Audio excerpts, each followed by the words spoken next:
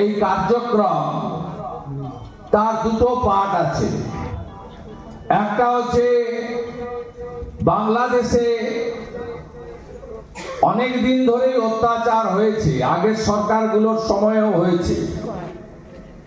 তখন ক্ষত হতো, যে যে সরকারে থাকতেন, সে হাসিনা ওয়াজেদ হোক, খালেদা জিয়াই হোক বা আর কেউ হোক, তারা গিয়ে ক্ষততে মলম লাগাতেন। আর এখন তো ক্ষত হওয়ার কোনো সুযোগ নেই।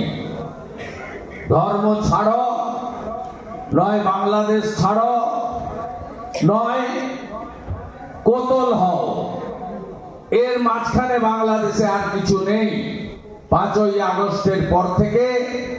তাই বাংলাদেশে যে কটা হিন্দু রয়ে গেছে, মাত্র 7%, তাদেরকে বাঁচানোর জন্য একটা বড় স্বাক্ষর সংগ্রহ অভিযান আজকে শঙ্কর বাবুরা শুরু করলেন। 1 কোটির বেশি তাদের লক্ষ্য। 11 নম্বর সিগনেচার আমি করলাম, এটা আমার পরম প্রাপ্তি। এবং আমি তাদের পরামর্শ দিয়েছি, গোটা পশ্চিমবঙ্গে এবং ভারতবর্ষে যেখানে যেখানে হিন্দুরা থাকেন, সম্ভব হবে, বিশেষ করে পশ্চিমবঙ্গে খুবই প্রয়োজন, রেল স্টেশন, বাস স্ট্যান্ড, মহাবিদ্যালয়, বিশ্ববিদ্যালয়, তার বাইরে আপনাদের স্বাক্ষর সংগ্রহ ক্যাম্প করতে হবে। হিন্দু মিশনের ব্যাপ্তি বাড়াতে হবে।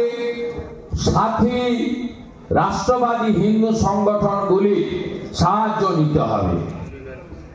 আজকের এই সিম্পোজিয়াম বা আলোচনা চক্র, তাতে নির্দিষ্ট কিছু দাবির সমর্থনে আপনারা সমবেত হয়েছেন হিন্দু মিশনের নেতৃত্বে।